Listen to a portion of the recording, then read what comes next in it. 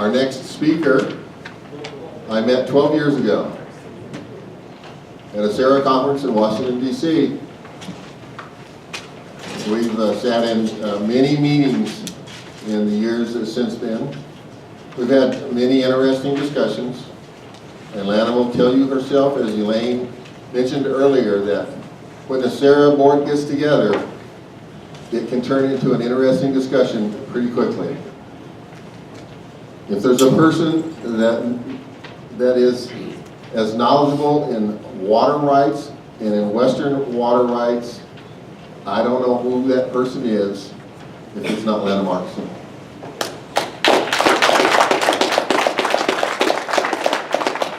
Well, thank you, Butch, for that rousing appraisal.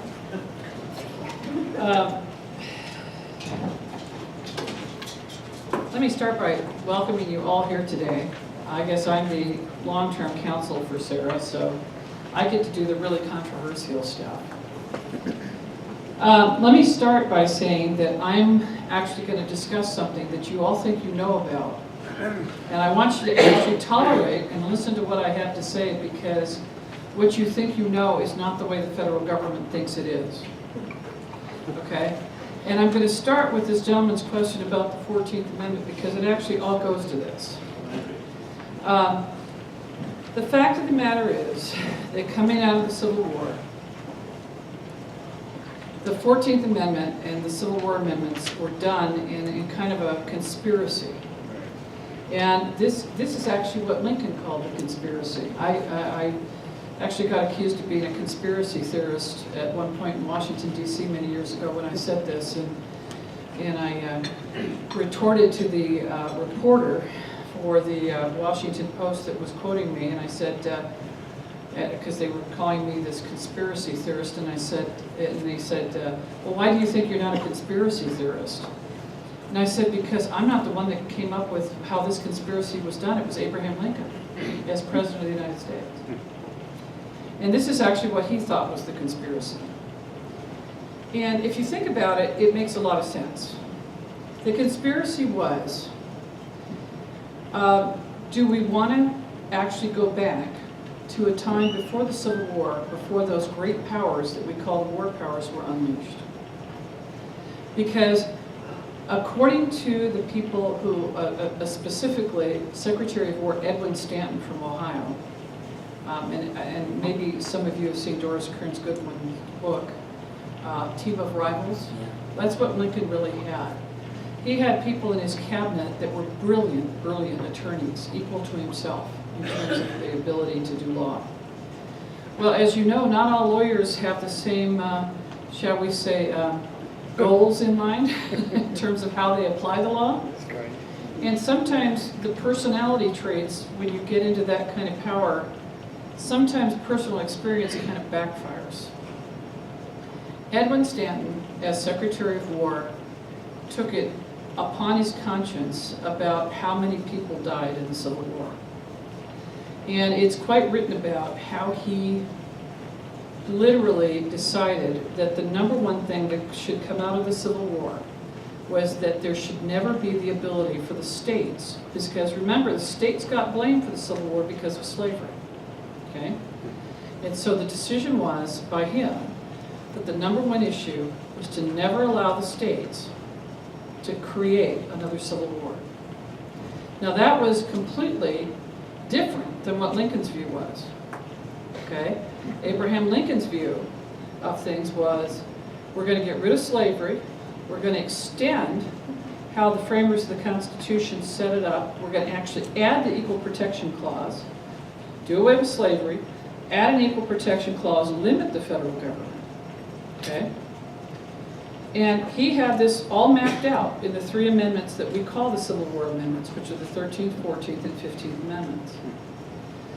But Edwin Stanton, when Lincoln was assassinated, changed Lincoln's 14th Amendment. He changed it pretty substantially. Okay?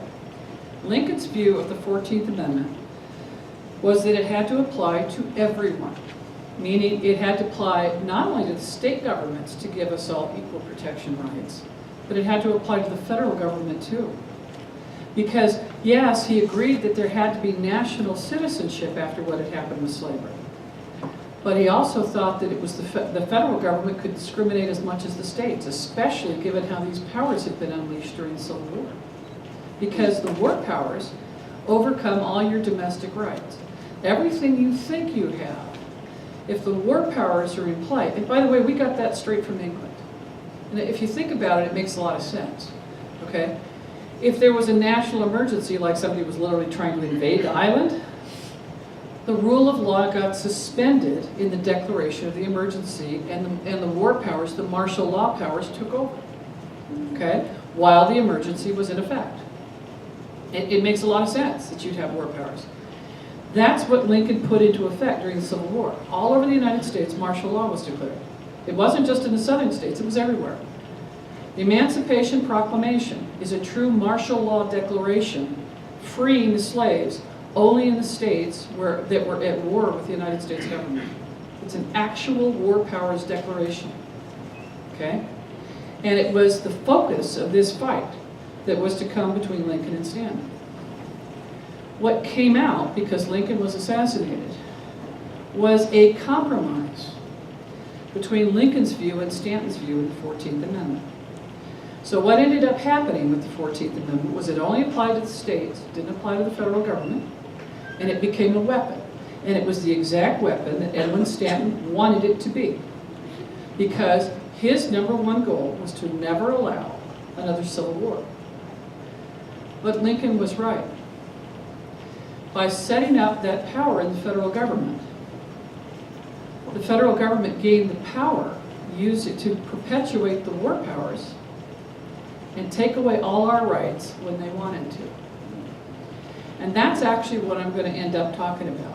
And I'm going to start now. So let me just tell you something that CERA ended up involved in very early. Larry mentioned the case of New York versus United States. I came out of law school and had a very different idea of how the Constitution was formed than, let's say, was the accepted version at the time. My view of the Constitution was formed by my grandmother. And specifically, when I would come home from school, I would walk in, and my grandmother would start telling me all these stories about what happened at the Constitutional Convention. Because she'd been sitting and listening to the Watergate hearings all day, and I'd come walking in from school, and she'd start saying, "I'm so upset, I don't understand how this could have happened. This is not what I was taught, this is not how it was supposed to be."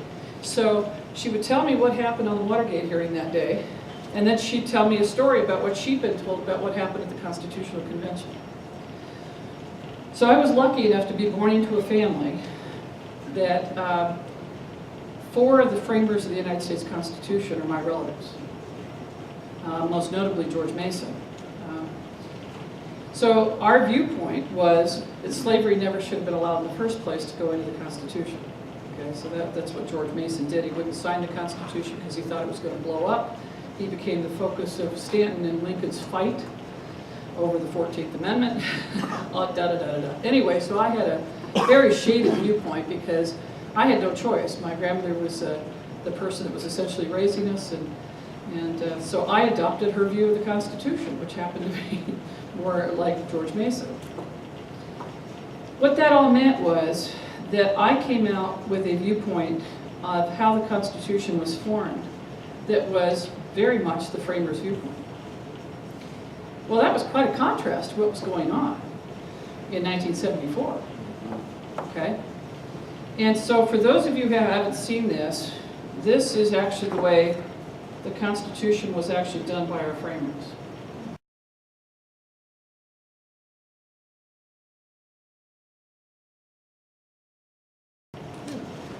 This is also somewhere on a table. But I want you to notice on the upper left-hand side that it says there are 3 sovereigns established by the United States Constitution. There are only 3. And the first one is not the states, and it's not the federal government. It's us as individuals. The rights, the whole point of the foundation of the United States government was to create individual rights. Not rights, and this is where Larry was talking about positive law versus negative law. And now let me put this in a true constitutional context. The way Europe was done, positive law is when the government tells you what you have. Just like you said, okay? Positive law is what was in Europe. One of the great philosophers in Scotland, though, a guy by the name of John Locke, who the framers thought very highly of, had come up with a different way to govern. That the government should only govern when it had to. That they should leave it to the individuals to live their own lives, a thing that we ended up calling liberty. Whoever talks now about liberty, okay? Well, the way that John Locke figured out to do liberty was by having government only say at what point you cross the line to interfere with your neighbor's rights.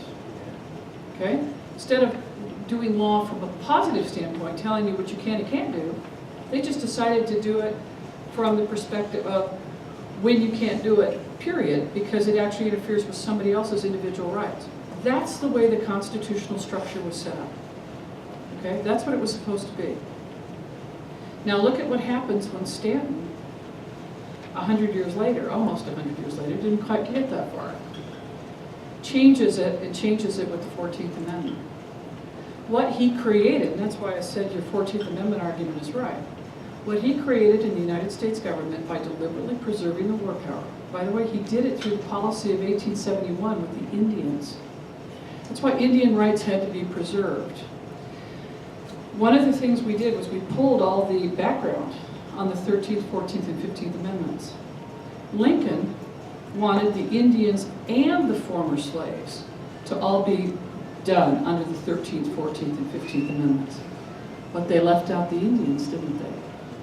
That was Stanton's design. And it was absolutely intentional. Okay? They deliberately preserved the war powers through the Indian policy of 1871, and it started in the Civil War itself. Okay? So, what we've done now, to make a long story short, is we took, given this viewpoint, see, this is the problem that the federal government has when they actually do all this stuff with our rights. The problem is they didn't actually change the Constitution. They did the 14th Amendment. They brought all this stuff forward. They created this tremendous enforcement power in Section 5 of the 14th Amendment that could destroy a state. Okay? But they never actually got rid of the structure of the Constitution. They just put this amendment on. So I came along, being the idiot I was, and said, you know, instead of worrying about a constitutional convention, because that was a big cry in the early 90s for a constitutional convention, I said, you know what? It'd be a heck of a lot easier just to get the 14th Amendment to apply to the federal government. And so in 1995, after New York versus United on this, your individual rights are not conferred by the federal government. They're actually conferred by your state governments. And that was because the framers of the Constitution set it up that all the negative powers, as Larry discussed, all these laws where the federal government was just supposed to control things when you actually could hurt your neighbor under the negative laws, all the positive law authority in the United States Constitution was given to the states. They were supposed to be the big power. They were supposed to be the ones that decided what the zoning laws were. That's positive law. How you zone your property, making sure that all these basic things weren't going on. So there was this huge split. The federal government had the negative law, the state governments had the positive law. Because you can control more of what's supposed to happen at your state government. At least that was the theory. That was the theory. Okay, so that land patent had this dual function. Okay. Now, they haven't been able to mess so much with the land side of this equation. And the reason was because there was cases that were already done before the Civil War that said that the Indians didn't have actually any true land rights, okay? They had, the Indian title had already been decided. In fact, it was decided in 1823 court case. And in that case, it was decided that the Indians only had a right of occupancy called Indian title until the federal government actually said, you're out of here. So there was no tribal sovereignty. This is actually the first of the Marshall cases. This is the first of the Marshall trilogy. It's the basis of everything that was done in the early American federal Indian policy. So they only had a right of occupancy, and it was completely extinguishable anytime the federal government wanted to do it, and specifically anytime Congress wanted to do it. So they could take up and move an Indian tribe to Oklahoma, which, you know, the 1830 Removal Act actually did that. Now, I'm not up here to defend federal Indian policy, because I realize there were a lot of really bad things that happened. I'm not up here to defend federal Indian policy. I'm just here to explain what happened historically and how it affected our constitutional rights today. So don't get me wrong. I don't agree with everything that happened in the past, okay? And CERA doesn't either. So, you know, there are groups that may defend why certain decisions were made. We're not one of them. Land, therefore, Indian land, could not be really screwed with. It just wasn't there because these decisions had already happened, and there was just no way for Edwin Stanton to mess with it, okay, by the time you get to the Civil War. But water was a different story. Now, the reason for that is that water rights, from the beginning, and I'm going to start here with what you think you know. You think the water rights belong to the state, right? Is that, do I have anybody that doesn't agree with that in here? You think the state water rights belong, the water rights, upon the time that the territory was formed, under the old case of Pollard-Lessee versus Hagan, under the public trust doctrine, the new territory acquired the rights. Well, guess what? From the time Edwin Stanton came in and figured out he could use the Indians, the United States government in 1863 in the state of Minnesota decided to challenge the water rights that were acquired by the state of Minnesota. Now, Minnesota had been a territory. Minnesota was also the ultimate victim, because a little thing called the case of Dred Scott versus Sanford actually came out of Minnesota. And the way that the case had gone up, and I'm just going to give you this real short so you can understand how this all fits together. He had moved into a state that was subject to the Northwest Ordinance. The Northwest Ordinance was supposed to be the thing that guaranteed all our rights as these federal lands were split up into new states. Okay? The case of Dred Scott was about the fact that this man, this slave, had moved to a free territory, Minnesota, become free. His owner had moved back to, I think, Missouri, which was a slave state at the time. And the people, it was kind of a set-up case, by the way. I mean, it was a deliberate action brought by citizens groups, okay, backing up this former slave. And they sued to say that Dred Scott was free because he'd lived in the free territory of Minnesota under the Northwest Ordinance. Okay? Supreme Court did probably the most appalling decision in our entire history, said he could never be free. By the way, that decision contrasted the rights of Negroes as slaves to the rights of American Indians under the Marshall Trilogy who could become citizens, again setting up this situation that Stanton uses during the Civil War. The reason I say Dred Scott is because what Stanton did in 1863, when the Sioux rose up, most of the Indian tribes in the United States, if you didn't know this, fought for the Confederacy. Did you all know that? Okay. Most of the Indian tribes in the United States during the Civil War actually formally joined the Confederacy. And that was because the Confederacy promised them that they would have real land rights when they got done. Okay? Because the United States never gave them real land rights. Well, Stanton couldn't get the land because of the Marshall Trilogy. So, in Minnesota, what they did was they set it up where the federal government said that because of the interests of the tribes in Minnesota, we are going to hold on to the water rights until we settle all of the Indian claims in 1863. Okay? They made that decision. I mean, this was the actual execution, or the beginning of the execution of what goes into the 14th Amendment. Because Stanton was a brilliant lawyer, and he truly was. I mean, if you read about Edwin Stanton, he was probably the greatest lawyer of the era.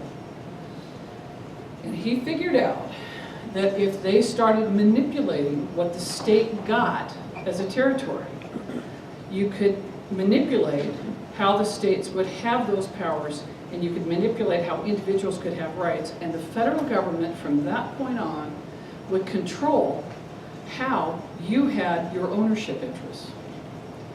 Okay? So they actually started with the basis of the Winters Doctrine. By the way, that, you know where Winters happened? No, but you know where it happened? It happened here in Montana. Winters is from Montana, the Winters Doctrine. It was established on the Milk River over on the other side of the state here. You guys were targeted from the beginning. Okay? You never were supposed to have your full rights in statehood. Nor were any of the states following 1863. From the Civil War on, the intention was never to give the states their full authority under the Constitution.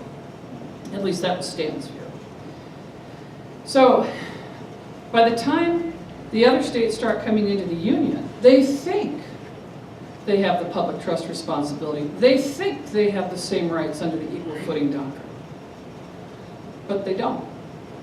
Because in the background is this decision that until the Indian claims are all settled, the states are never going to get the authority that they think they have. And because of the way the 14th Amendment was done, they couldn't sue. Okay? So you see how the 14th Amendment fits into this picture?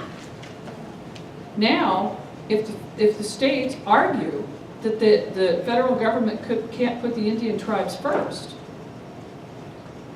they have no grounds to sue. And the federal government has the Section 5 power under the 14th Amendment to make sure that they can enforce their orders. They break the whole structure of the Constitution, the whole way that states were supposed to be formed out of territories. And Edwin Stanton knew it. They knew they were doing this. Okay? This was not a joke. I'm not the first one to say this. Abraham Lincoln said it. This is why he wouldn't pass the Reconstruction Act. He said it. He said, I know this conspiracy is happening. Don't do it. You will affect all of us down the line. Well, he was right. So here's what ends up happening. The states don't end up, the new states do not get the same rights as the eastern states. The equal footing doctrine is supposedly in effect, but it's not really in effect. Because the federal government, all it has to do is say, wait a minute, we can't give you that because we're reserving these rights until we settle the Indian claims. What's the first part of this new compact in Montana? Do you know actually what it is? It actually says, we're doing this because we've never settled the Indian claims for the Salish Kootenai tribe. Yeah. It is the exact part of what actually started in 1863. It's identical. Okay? It's identical. You know, I was a little shocked when I saw it, quite frankly, because I've never seen one come out. By the way, this is why I'm here, because the federal government, in its blatancy of what it's done here, has actually given us the opportunity to go after this. Okay? And it's something that's what I'm interested in. I'm interested in actually killing this Stanton authority once and for all. We've got Adirond, we've got the law. If we didn't have Adirond, we wouldn't have an argument, quite frankly. But we do. So why not go after it? The emperor has no clothes anymore. Okay? If we just challenge it, we know what we're challenging. So think about now how this develops. The next big push, let me just put this a little bit in context. And again, I'm not defending in any way, shape, or form federal Indian policy, because as I get to the end, I'll tell you, the most screwed over people in this whole situation are the Indians themselves that are not allowed the rights of citizens of the United States government. Okay? And so I am not defending this. This is an explanation of why our target is the federal government and the way this was set up. Okay? So I want to make that very clear. So in 1863, they figure out that they can reserve all these things that are supposed to go to the states once a territory is formed. So with the Enabling Acts, okay, that first Enabling Act, or Organic Act, excuse me, the Constitution, or under the Constitution, form a new territory. All of a sudden, all these reserved clauses appear. And they're actually in the Enabling Acts for all these western states, including Montana, where it actually says we're forming the new territory, but you are going to forever disclaim these rights until we settle all the Indian claims. Okay? They all say it. Every single one of the Organic Acts forming new territories after 1863 says it. In fact, in California, which already had a constitution approved by the United States government in 1850, but it was a true western state. It was the first constitution in the West. They actually forced the state of California by threats to actually turn in its own constitution, and they were required to get a new one in 1873 that included these features. Okay? They didn't treat California quite like a defeated southern state, but close, because see, you couldn't do this in the whole western United States if you had California with a constitution that predated all these restrictions, shall I say, okay, of having full statehood. Because it was too good an equal footing argument if one of the western states had all the rights of an eastern state and then all the others didn't, okay? You can see how that works?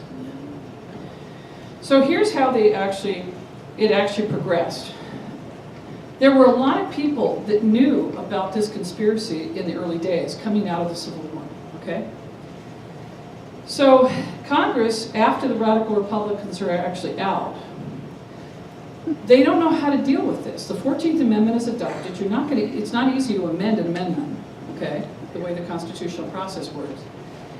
So what they figured out was if they got rid of all the federal Indian lands and made them citizens, that you would actually make this exception go away. At least that was the theory. That's actually the basis of what we call the Dawes Act, or the General Allotment Act. It was actually an attempt, and if you go into the minutes, this is why you can't find the documents on the Dawes Act. If you actually go in and find the documents, which we've managed to do, and I won't tell you how yet, the reason that Congress did the General Allotment Act was they couldn't see how to get out of this conspiracy that had been set up by Edwin Stanton. And the only way they could figure out to get out of it was to get rid of the Indian tribes in the Indian lands. Okay? Well, you know what? It started to work. Western states, upon the passage of the Dawes Act, claimed and won the right to get their water. Okay? Well, now, but you know, this policy had already been going on for 20 some odd years. Okay? What happens with federal bureaucrats and politicians once they have power? I don't need to explain this all to you. They didn't want to let it go, did they? Okay? So they come back, and the bureaucracy, led by the BIA, but not just the BIA, they don't want to let that power go. So the Attorney General's office and the BIA and the State Department, our State Department, amazingly enough, conspired to figure out how to overcome the Dawes Act. And that's one of the reasons when you go into all of these Indian cases, every single one of them, and this one on the Flathead, is absolutely in this. You get a situation where the BIA is not executing the laws of Congress. And they claim, quite frankly, that they don't have to. And that's because they actually have the war power under the executive branch, and Congress can't actually hit that. There's an actual separation of powers argument that underlies their position. And we actually found it. We actually have just found, in fact, Butch here pulled it out of the purged files and sent it to me not long ago. We actually found the federal government's memorandum of law that actually details this. You found it in Washington, D.C. No, you found it in Davis. Yeah, you found it at, but that's because part of the conspiracy was, and this is one of the reasons it's been so hard to find. Stanton, being the brilliant lawyer he was, actually set it up where cases that they knew were fundamentally changing rights were never going to be reported correctly in the federal citator. Coming out of the Civil War, one of the things Lincoln had done was he decided that the only way for the people to control their government was to know where the law is. So they actually passed the statute that created the U.S. reports so that they would be available in every public library across the country. In other words, you know what your government was doing to you. That was Abraham Lincoln. He wanted you to know what was going on. Okay? Well, that meant that for Stanton to pull this off, they had to actually find ways for you not to find out what was going on. And so from 1863 forward, they actually deliberately misclassified cases. And it's not a joke. We actually ended up finding a memorandum of law attached to a case called Kennedy versus Tyler from 1906. This actually happens to apply to the jurisdiction of the state of New York over Native Americans. And the memo on top of what we found, the back of it is just the actual decision of the U.S. Supreme Court in 1906. But the memo on the front actually says, this is one of the cases that we never want to be found. We are deliberately misclassifying this in the federal reports per this action. That's how we found what Edwin Stanton had done, by the way, when we found this in the National Archives. And it's right there. We don't ever want anybody to see this and realize that we don't have this jurisdiction over the Indians. Because if you find that, okay, you start blowing up the whole picture. So this is how it ends up working. The federal government took the Reserve Rights Doctrine and expanded on it after the Dawes Act was passed because they had to defeat the Dawes Act and the getting rid of the American Indian rights. Because if you got rid of the so-called tribal rights, you broke Edwin Stanton's conspiracy. There is an absolute reason they promote tribal sovereignty. Okay? It is not for the benefit of the tribes. They couldn't care less what happens to the tribes. Go look at how these people live. You can tell they don't give a damn about what actually happens to the individual American Indian. Okay? I don't have to stand up here and really justify that. You just go look at any reservation. Okay? And you can see that for yourselves. I'm not blaming the American Indians in any way, shape, or form. The United States government did this. And they did it not only to take, the Native Americans had never acquired their rights. They did it so that you and I could be classified as Indians. And our rights could be classified as Indian rights. Now let me get to the specifics here of what happens in Montana. In 1905, there's a case called United States versus Winans. Western state, the federal government decides that it has a perpetual reserved right across any land that can be construed to belong to a tribe.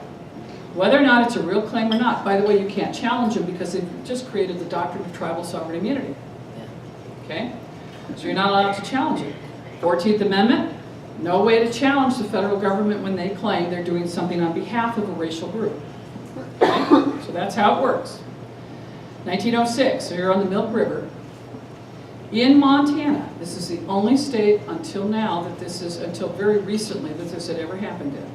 The actual decision of Winters versus United States were that vested water rights conferred by the state of Montana for users of the Milk River were rescinded and canceled by the United States government in a claim 20 years later that when they reserved the reservation for the Fort Belknap tribe, I think it's Fort Belknap, and I might be wrong, but it's up there, that they had impliedly reserved enough water for what they deemed those Indians had to have to farm.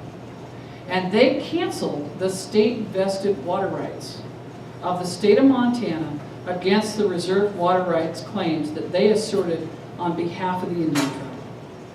And thus was created the modern reserved water rights doctrine. Okay? That claim of being able to reserve the rights changes everything. Okay? So let's now go specifically to what's happening on the Flathead.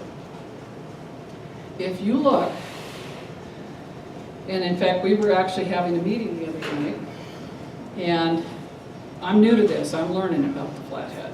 Okay? I have all this water law background, I've done a lot of cases, I've been involved in, I think, 8 water adjudications around the country now. By the way, all 8 of which we won. 2 of which were in federal court. We also won a decision, and this is not a joke, in 2001, in the 10th Circuit Court of Appeals. It basically says there are no federal reserve water rights, period. Okay? So, and based on Adirond, we took Adirond forward in water litigation. Okay? Of course, the federal government's not going to tell you that.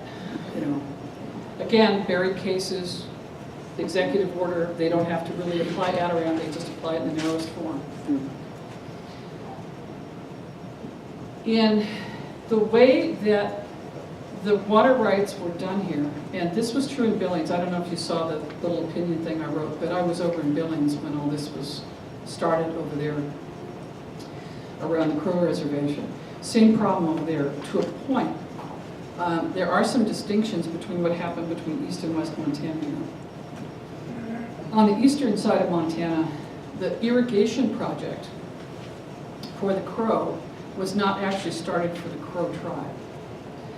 Technically speaking, in eastern Montana, that was a regular federal irrigation project and not an Indian irrigation project.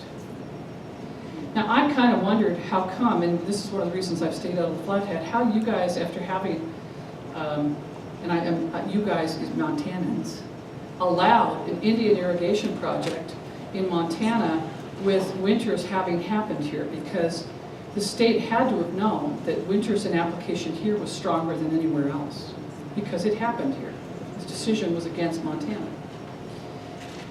So I couldn't figure out how in the world an Indian irrigation project got allowed in Montana. Well, come to find out, since I've been here, it wasn't. It wasn't initially an Indian irrigation project. The Flathead started not as an Indian irrigation project, but as a true project under the Bureau of Reclamation under the Act of 1902. Now that's going to become a critical fact. And then it was explained to me through one of the people that used to be an operator on the project, that in 1918, apparently some construction work needed to be done on the project. And someone in the government suggested that they actually change the characterization of the Flathead project from Bureau of Reclamation to the BIA and declare it to be an Indian irrigation project. So sure enough, I pulled up the records, and in 1920, this project that did not start as an Indian irrigation project was converted to being an Indian irrigation project by the federal government. Okay? Now let me explain what that means. Yes, sir? You're leaving out the power. Yes. Yeah, I am, and I'm going to go right back to it, because I just realized that myself. So what happens is, when it's a Bureau of Reclamation project, okay, the water right under a Bureau of Reclamation project, and this is actually Section 8 of the Bureau of the Act, of the 1902 Act, it actually protected the vested states' rights and the authority of the states to grant the water rights. The 1902 Reclamation Act specifically protected those rights in the states. When you convert to the new Indian irrigation side, under an Indian irrigation project and the act that was passed in 1908 for Indian irrigation, it's exactly the opposite, okay? Those water rights now belong to the federal government. On behalf of the Indians, they become reserved rights. If you look at how this is set up with the Montana Compact, and we saw this when we had a meeting the other night, and Larry had stuff up on his computer, and I'm looking up at the title, I'm reading this thing, and I'm going, what the hell happened here? Excuse my language, but how in the world did this get converted? Because it started as a reclamation project, regular reclamation. If you look at everything that's been done here since 1985, it's under, what did they call it? The Reserved Water Rights Compact Act. Because the federal government, starting in 1920, the moment that project became an Indian irrigation right, they said you only had, that the federal government had the rights to confer all the water rights. The state never had. They applied Witters versus United States. They didn't tell you they had. They just did it. Okay? And if you look at the project here, every water right that is conferred after 1918, and this was fascinating to me because I'd never heard the term before until I got here for this trip. All those water rights down there are so-called secretarial water rights. They're all called secretarial water rights. They're not conferred by the state of Montana. The federal government said they conferred them. Okay, the problem is they confer them like they confer something to an Indian. And it's as enforceable as an Indian right, which means what? It's not enforceable at all. Okay? The federal government, from the time this became an Indian irrigation project, just literally started moving all of these things you thought you had. Every single dam, every single piece of that project that was purchased by the United States as they did repair work, or as they did an improvement, or as they did this, was transferred over to the BIA. Every single piece. So from 1920 forward, by the time you get to 1985, everything at Kerr Dam is owned by that tribe. At least that's what the federal government says. Now the reality is, that tribe doesn't own a damn thing. It's owned by the United States, the way Edwin Stanton set it up. Okay? The tribe only owns it. The water rights are identical to what happens with the land rights. The Indians only own it as long as Congress says they own it. Okay? It's absolutely at the pleasure of Congress. They don't own a damn thing. Our enemy is not the tribe. The tribe didn't do this to you. The federal government did. And you have the most complicated, screwed up mess I have ever seen. And I've straightened out 5 of these Indian irrigation projects already. So I speak from real experience. I mean, we've got the Gila straightened out, we've got Yakima straightened out, we've got the Utah one straightened out, and here's Well, we had a revised constitution in 1972, which was wrong when it was initiated. Yes. And in fact, that revised constitution took full advantage of what had already happened over here. And they actually made Montana waive the rights in that constitution. But it indicates that the state owns the water. Except here.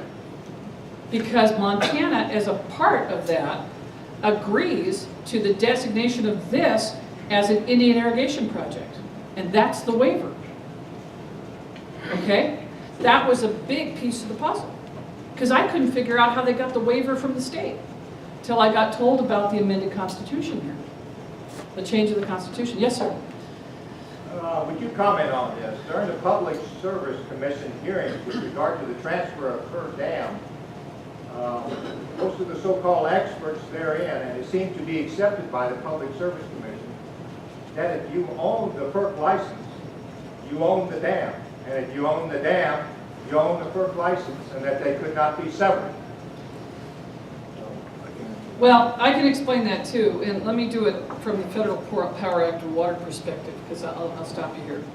There's an actual case from 1912 that actually came out of the state of Washington, where reserve water rights were in play, actually for the Yakima. And that statement was that the Federal Power Act itself, that created the FERC licensing, or what has become the FERC licensing, it didn't start that way, it was the permit to stop the navigable waters and set up the power application. That was considered and deemed to be a federal war power by decision in 1912. Well, how easy do you think that is to apply into this scenario? So that's where that comes from. The federal government actually says that a license is based on their authority. It's totally theirs, and if you combine that with the Indian tribe, they get to apply both sets of war powers and just join them together. That's why this is so hard to fight. There's a reason you folks think you don't have any rights against this. There's a reason they're saying you don't have any right to be heard. You guys' water rights, according to the federal government, are no better than your Indian neighbors. You're being treated like Indians. Federal government has classified your rights like Indian rights, all of you. And your state is not only allowing them to do this, they're helping them do it. Okay? Now, they may not understand all this. I realize it's fairly complicated unless you've gone back and figured out how this works. And I'll be honest with you. I mean, none of us want to believe that our federal government did something like this to us. But I think you can see, you know, the fact is, Edwin Stanton thought, he was so horrified by what he had seen in the death rolls and what happened in the carnage of the Civil War, that he really thought he was doing right. So did Abraham Lincoln. That's how this compromise of the 14th Amendment happened. Now, our trick is to take all of this and figure out how to get our rights back. We have a lot of firepower because we have Adirond, and we have the decisions that have come after Adirond, and we have the Guantanamo Bay cases that support Adirond. Adirond's actually cited in the Guantanamo Bay cases. And we actually have already won the right that we can actually sue our government this way. We actually have standing to sue them. Well, there's a concept. Okay? But, you know, to do this, I really like what Larry's done so far, but we really need to look at exactly how to undo this so that you all have the rights you're supposed to have as citizens of Montana. And by the way, when we do this, just like I said in the article, when we actually get the water law right, and you get the law right, the way this actually plays out, we don't actually take anything away from the tribes. We actually end up giving the tribes an enforceable water right against the United States. I mean, that's the nice part. It doesn't screw the tribes at all. Could this gentleman here mention the fishing rights on the... Yes, I said I'd get to that. Yes, please. Yeah, that actually is also a reserve right claimed by the United States. All the hunting and fishing rights that were in Indian treaties, see, they basically said that we set up Indian treaties that had hunting and fishing rights in them. And so based on the fact that there are these reserved rights claims for the Indian treaties, they claim that they can actually control the recreational use or any other use, hunting and fishing use around the waterways. We fought that out in the Mille Lacs case in Minnesota. We actually won a ruling that none of those treaty rights apply on private property. Now that was before we understood so much of this. We had the beginnings, we already had Adirond. We didn't know how Stanton had completely set up the game. We didn't know that Minnesota had been the target at that point. We've in fact only realized that in the last few months. See, all this stuff really was buried deliberately by the government. And so we're learning as we go. That's why it's so important for CERA to go around and talk to people, because we learn more in every situation that we get involved in. Because this stuff really was buried by the United States government. Yeah, Naomi, and then I'll come up front.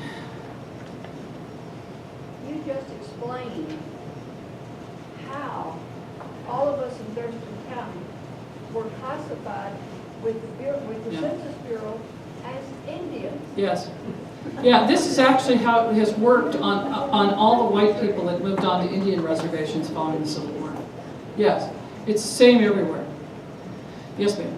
Yes, is there any way to do a little detective with, I'm hearing all kinds of things from some Native Americans, as well as others who have sat in on these, whatever, that some of like governors and Fox have received gifts from the Native Americans of land. I mean, really nice land over in Hot Springs and, various places, which could very easily be the reason Bullitt just ran this through. Could be. Well, the truth of the matter is that once you, let me repeat what she said. Is there any way to actually do something to confront what the Indian tribes have actually given some of your state officials in land? And they've given them some really nice pieces of land overlooking really nice things, okay? The answer to the question right now is no. Now, we can make it a political issue. We could sue them in equal protection grounds. But this is the problem. I'm just going to add one more piece of the puzzle. This power that had been created by Edwin Stanton following the Civil War was not used by FDR to create the New Deal. He actually knew about this. They wrote all about it. They knew about it.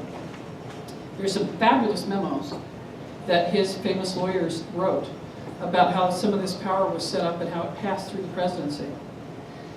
And he made a conscious and deliberate decision not to apply the war powers in the way he expanded the federal government in the 1930s. There were only two places where he actually deliberately used the war powers. And they were both because, and this is actually in the memos we actually found in the Roosevelt Library in Hyde Park. They both were because he saw a huge problem in us getting prepared for World War II, which is about a legitimate use of the war powers I think you can get. And he certainly was right that we were about to get into the war. When he started doing this, the United States wasn't really there. But he did two things using the war powers very deliberately. One was the Tennessee Valley Authority. And I had never thought about this until we found the actual memo in the Roosevelt Library. But if you actually looked at the United States in 1934, you could cross north of the Appalachians up into Pennsylvania and get across. Or you could go below the Appalachians through Alabama and go around. And there was almost nothing. There was almost no road or railroad that actually went through the middle part of the country to cross. And it was because of the way the Appalachians run north and south with the valleys, and because of the way the hills were done, and just the sheer expense of trying to build a road through there. And it had never been done. The states had never built any kind of real highway through what was literally 1,000 miles of the United States, or almost 1,000 miles. And so he did the TVA, and the reason the TVA was so, shall we say, demanding that this was going to happen was he really thought we were going to get in World War II. Now, he didn't say that publicly, but he certainly was writing it down, and his lawyers actually wrote this down as the basis of why they did TVA that way. By the way, it turned out he was dead right. So it's really hard to fault him in retrospect, okay? Of course, TVA set off one hell of a battle when it came out, but that's history. The other act that he did that was a true operation of the war powers was actually a joint act. It was a little thing called Lend-Lease. And he actually did it with the Reorganization Act of 1940 for the federal government. And it was a very deliberate use of the war powers. He knew he was using these powers. And in that stuff, he actually wrote, there was actually a part that was written into federal law that is actually a big problem now for the United States government. They actually wrote that no federal agency could acquire land without the direct approval of the President and the Attorney General of the United States. So what they did was they actually stopped the BIA dead in its tracks from using the war powers. And it was an absolutely intentional move because he knew he needed the real war powers to pursue the war. He couldn't allow this crap from Stanton to come in and interfere or disrupt, have the BIA or something disrupting the actual ability to do the war. So there's a lot in the background. We've had some terrific presidents until Richard Nixon. Richard Nixon was in the Office of Price Administration under Roosevelt. The price control laws were based on these war powers. The memos had already come out from the Roosevelt administration. A young guy named Richard Nixon got to read them all. And it's Richard Nixon, with his expanded federal Indian policy in 1970, that decides that he's going to take this and take it to the extremes that we're seeing now. Now, I don't think we all need to spend more time kicking Richard Nixon for what he did to the executive branch. I think we all know that. But this is actually what he used.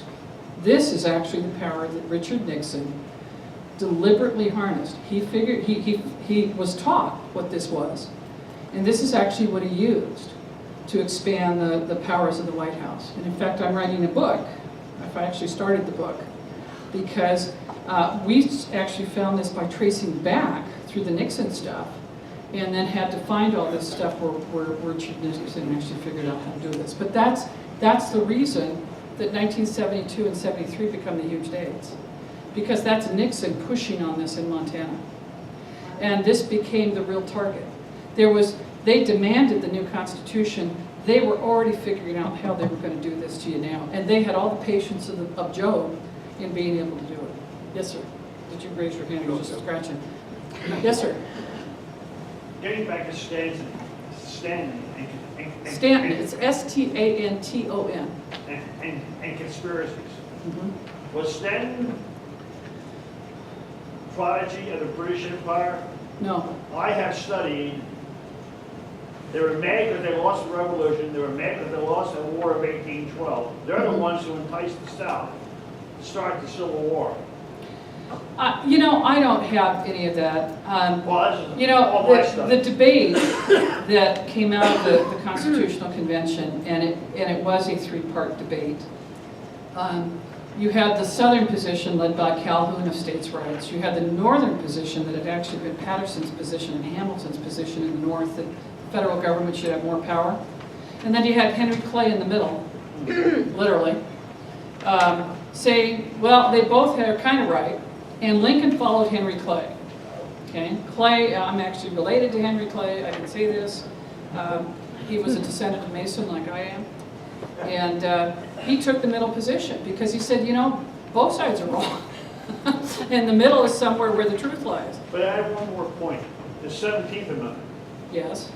When I said the 14th Amendment eliminated states' rights, the 17th Amendment The 17th Amendment. All states' rights, because now the senators no longer. Yeah, I understand that. The 17th Amendment ended up having more effect than was discussed at the time. And I think because of the conspiracy that had already been set up, that was not discussed at the time, that they actually changed the appointment of the senators from the states. It did end up weakening the states far further than was intended. You bet. Okay? I don't think it was actually a part of the conspiracy from what I've been able to find in the archives. I think they just didn't realize how it would play into the conspiracy that already existed. Okay? Go ahead. What would it take to vacate that executive order that Clinton did? A new president. And, you know, Barack Obama hasn't done anything that Richard Nixon didn't do before him. And William Jefferson Clinton was heading in this direction, and we won these decisions. That's how these decisions came about, with Adirondack and all the things that came out of the Rehnquist Court. It was because William Jefferson Clinton was trying to do it too. Okay? But he put in the executive order that meant that we didn't get the full application of those decisions, and Obama has. There's nothing Obama has done that isn't just like what Richard Nixon did. In fact, quite frankly, Richard Nixon actually had more people working for him than Obama does. Yes, Philip? This is about Adirondack. The decision in Adirondack, how did that benefit the ordinary citizens? What was decided there? What was actually decided? What was actually decided, the case of Adirondack versus Adirondack Constructors. It was a, you know how you have Indian preference hiring? Okay. Well, on all the federal highway projects, there was an actual employment preference statute, okay, that actually said if you hire a minority business to do part of the subcontracting work, that you get more money from the federal government than if you hire just somebody that a business, a subcontracting business that happens to be owned by a white male, basically. Okay? That statute was declared unconstitutional in Adirondack versus Adirondack Constructors versus Federico Pena. That's the statute that went down as unconstitutional and applied the Equal Protection Clause of the 14th Amendment to the federal government. So you can imagine that if we had the full application of that, what would happen to our Indian employment statute? Okay? I'm done because we got to eat.